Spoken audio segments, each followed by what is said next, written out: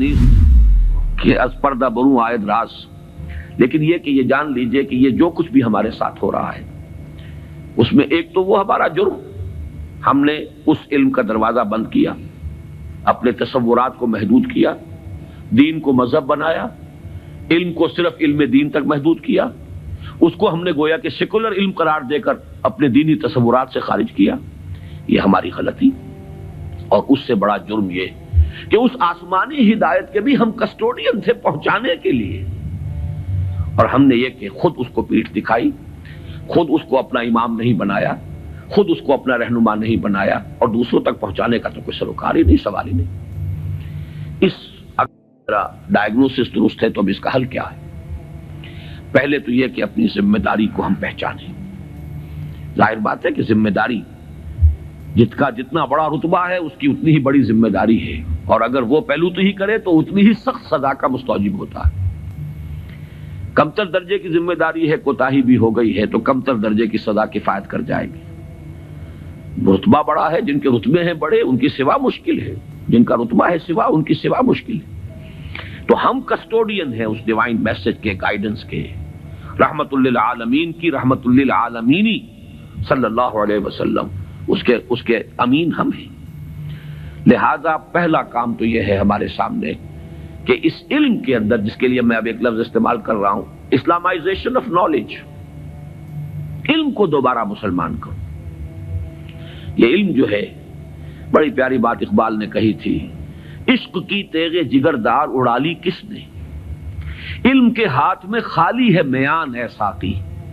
بڑی پیاری تشبیہ ہے یہ۔ عشق سے مراد یہاں وہ ایمان ہے، ایمان کی وہ تیغ جگردار اس میان میں سے نکال لی گئی ہے، خالی نیام رہ گیا ہے۔ یہ پورا سائنٹیفک نالج جو ہے اس خالی نیام کے مانند ہے جس میں سے تلوار عشق نکال دی گئی۔ یہی تلوار عشق اس میں دوبارہ داخل کر دی جائے، ایمان کو اس علم کے ساتھ اگر شامل کر دیا جائے تو در حقیقت سارے مسائل کا حل ہو جائے گا۔ تو پہلا کرنے کا کام یہ ہے کہ وہ فلسفہ، وہ حکمت، وہ علم جو انسان نے اپنی سورسز کے ذریعے سے حاصل کیا، اس کا صحیح ربط اور تعلق قائم کیا جائے اس علم سے جو وحی کے ذریعے سے انسان تک پہنچا۔ ان کے آپس میں ریکنسائل کرنا، ان کے فصل اور بود کو دور کرنا، اور اس میں قرآن کا دعویٰ ہے۔ اور جو تھوڑی سی بھی واقفیت رکھتے ہیں، واقعہ یہ ہے مورس بکائی نے پوری کتاب لکھ دی کہ آج تک سائنس کے کسی بھی شعبے میں کوئی ایسی دریافت نہیں ہوئی ہے جس نے قرآن مجید کی بیان کردہ کسی شے کو غلط ثابت کیا ہو۔ یہ ایک بہت بڑا معجزہ ہے۔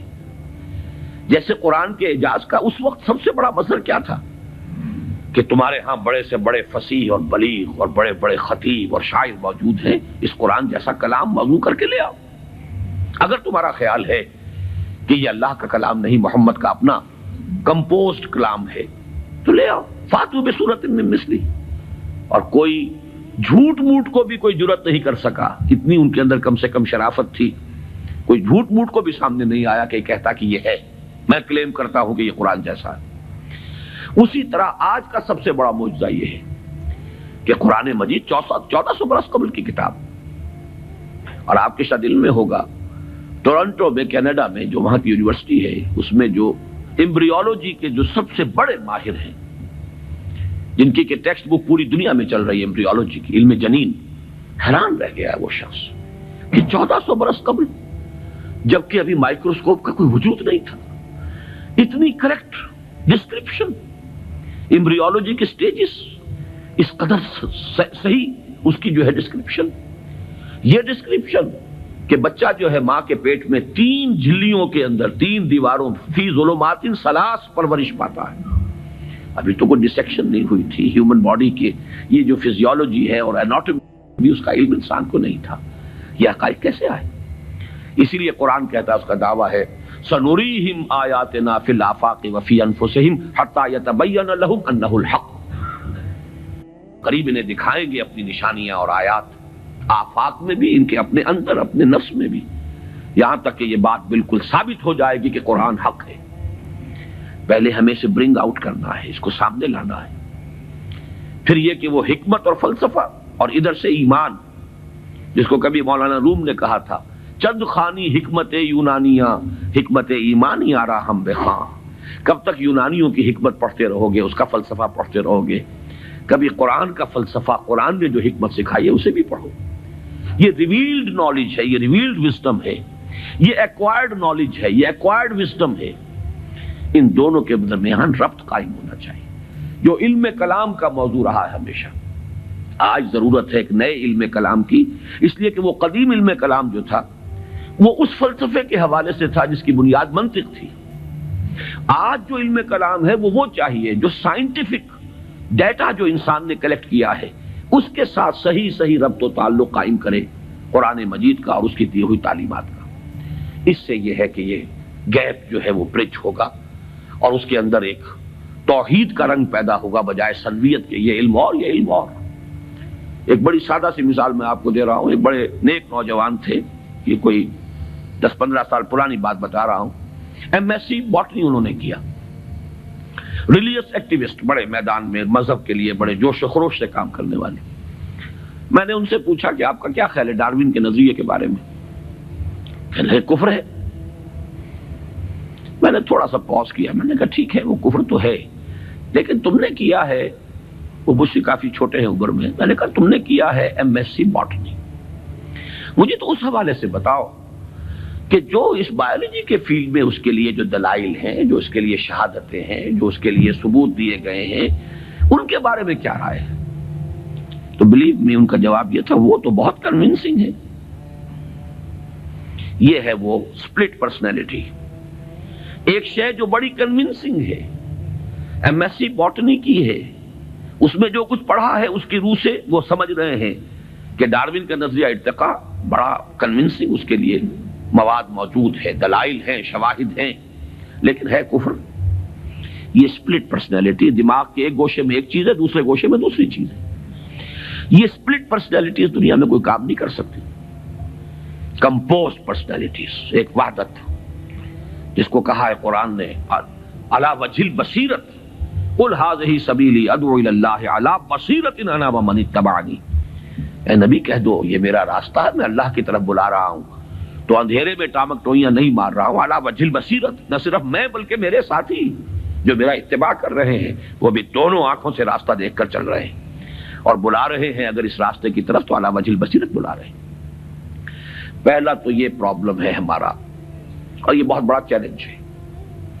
دوسرا پرابلم یہ ہے کہ یہ سوشل سائنسز میں اور جو سوشل انسٹیٹیوشنز ڈیولپ کیے ہیں انسان نے، اکنامک انسٹیٹیوشنز ہیں، پولیٹیکل انسٹیٹیوشنز ہیں، تھیوری آف اسٹیٹ ہے، پھر اس ریاست کے آرگنز ہیں، ایگزیکٹو ہے، جوڈیشری ہے، لیجسلیچر ہے، کہنے کو خیر چوتھا جو ہے پریس کو کہا جاتا ہے، لیکن تین ہے بنیادی. یہ جو نوع انسانی نے جیسے سائنٹیفک ترقی کی ہے اسی طریقے سے انسٹیٹیوشنز ڈیولپ کیے ہیں، بڑی قربانیاں دی ہیں. ہم تو خلافت راشدہ کے خاتمے کے بعد پھر ملوکیت کے دامن میں آ گئے تھے. وہی بادشاہی، وہی عیش، وہی محل، بغداد کے محل اور بغداد کی راتیں، وہ جو الف لیلہ، 1000 نائٹس آف بغداد، وہ جو کچھ ہوتا رہا ہے وہ ہمیں معلوم. یہ تو یورپ والوں نے خون دیا ہے، انہوں نے جانیں دی ہے، انہوں نے اسٹرگل کی ہے، تب بادشاہوں کے کلچز سے اپنے آپ کو چھڑایا ہے، انسٹیٹیوشنز ڈیولپ کیے ہیں. لیکن یہ کہ ان انسٹیٹیوشنز کو اب یا تو یہ ہے کہ بالکل ایک مرعوب ذہنیت کے ساتھ، ڈیفیٹسٹ مینٹیلٹی کے ساتھ جوں کا تو ہم ایکسپٹ کر رہے ہیں، یا یہ کہ ٹوٹلی ریجیکٹ کر رہے ہیں. حالانکہ دونوں چیزیں انلاجیکل ہیں. اس میں تجزیہ کرنا ہوگا کیا صحیح ہے کیا غلط ہے، کیا چیز کمپیٹیبل ہے دین کے ساتھ کیا نہیں ہے. پھر اس کی بصیرت فراہم کرنی ہوگی. سود حرام ہے تو کیوں حرام ہے، اس کی قباحتیں کیا ہیں، یہ کس طور سے امبیلنس پیدا کرتا ہے معاشرے کے اندر، کس طریقے سے ارتکاز دولت پیدا کرتا ہے، اور اس سے پھر فساد پیدا ہوگا. آخر کمیونزم بھی یوں ہی تو نہیں آ گیا تھا. It was not a bolt from the بلو.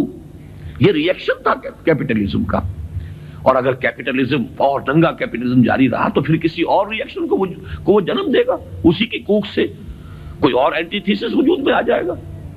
جیسے ابھی آپ نے وہ کے جی بی کے کوئی بڑے ڈبل ایجنٹ کا ابھی انٹرویو آپ نے پڑھا ہوگا، 1-2 دن پرانی بات ہی ہے. اس نے یہ کہا ہے کہ یہ ایک تجربہ تھا، ناکام ہو گیا، لیکن میں اس کے اوپر شرمندہ نہیں ہوں. یہ ایک بہت اچھا کام تھا جو ہو رہا تھا، اور یقیناً بہت خیر اس سے وجود میں آیا ہے۔ بہرحال انسان پھر تجربہ کرے گا۔ اس اعتبار سے دوسری ذمہ داری ہماری یہ ہے، جو قرآن کے حامل ہے، حامل قرآن، اگرچہ مجھے شعر یاد آیا اقبال کا، جانتا ہوں میں یہ امت حامل قرآن نہیں، ہے وہی سرمایہ داری بندہ مومن کا دین، جانتا ہوں میں کہ مشرق کی اندھیری رات میں بے ید بیضا ہے پیران حرم کی آستی۔ تو حقیقت تو وہ ہے جو اقبال نے کہی ہے، لیکن بہرحال سو کالڈ حامل قرآن تو ہم ہیں نا، قرآن کو ماننے والے۔ لیکن یہ کہ اس حامل قرآن امت کا دوسرا فرض یہ ہوگا، جہاں ایک طرف ایمان کے حقائق کو سائنٹیفک معلومات کے ساتھ ان کی ایک ربط اور تعلق کو اسٹیبلش کرنا، وہاں دوسری طرف سوشل سائنسز اور سوشل انسٹیٹیوشنز کا تجزیہ کہ ان میں صحیح کیا ہے جس کو اختیار کرنا ضروری ہے، ان میں غلط کیا ہے جس کو اس میں سے مائنس کرنا ضروری ہے۔